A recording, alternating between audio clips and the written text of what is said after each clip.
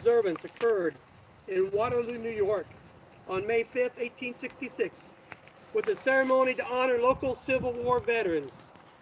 A century later, in 1966, President Lyndon Baines Johnson and Congress declared Waterloo to be the birthplace of Memorial Day because of the earlier observance. By the end of the 19th century, the observance of May 30th as a day to honor the Civil War dead had become a widespread practice across the nation. But after World War I, the tribute was extended to include all American military men and women who had died in war. Memorial Day has been acknowledged as a national holiday since 1971, when an act of Congress established its observance on the last Monday of May. In 2000, Congress passed the National Moment of Remembrance Act, asking that all Americans to pause at 3 p.m. local time on Memorial Day for a moment of silence in remembrance of those who had died in military service to America. Abraham Lincoln gave one of the greatest speeches ever made. But I'm going to pause in the middle of a point because I want to make a point. He writes, at the end of the Battle of Gettysburg, he stands to speak to the crowd. And as we know and have already learned it many times and heard it many times, 7 years ago, our fathers brought forth into this continent a new nation conceived in liberty and dedicated to the proposition that all men are created equal. Now we are engaged in a great civil war, testing whether that nation or any nation so conceived and so dedicated can long endure. We are met on the great battlefield of that war.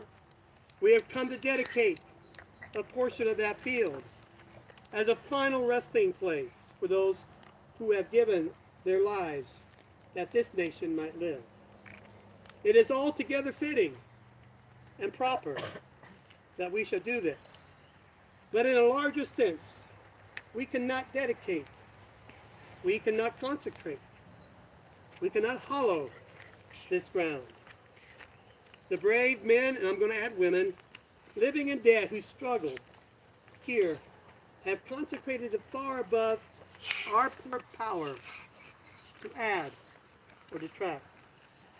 The world will little know nor long remember what we say here, but it can never forget what they did here.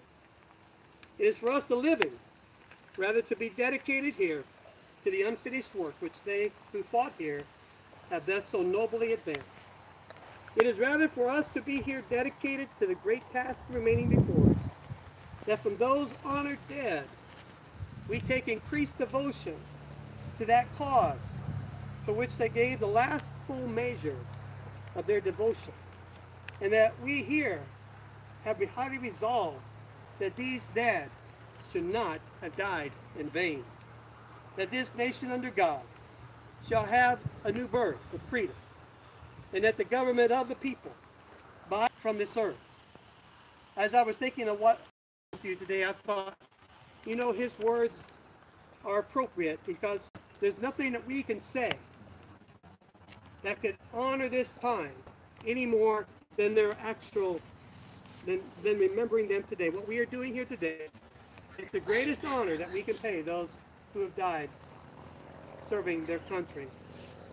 And so the words cannot come even close to dedicating it, for they have already consecrated this ground for their service. I'm reminded of one thing, and during this memorial season, is that John 15:13. Jesus said, "Greater love has no man than this, that he laid down his life for a friend." Amen. Now we have men and women. I went over some statistics on and anyone can Google it. There's been over 1.3 billion deaths from the Revolutionary War until this present time. And I was thinking, you know, greater love has no person or those who serve than the ones who laid down their life, protected you, and they died for our sins, not for our sins, but for our freedoms. Get my sermon and my talk confused here. So I just want us to remember in this short service, it's not It's not a matter that I would speak for a long time, but just that we remember it's the greatest honor we can give Him. But remember this again, as Jesus said, greater love. Imagine the love of all those 1.3 million who have given their lives for this country.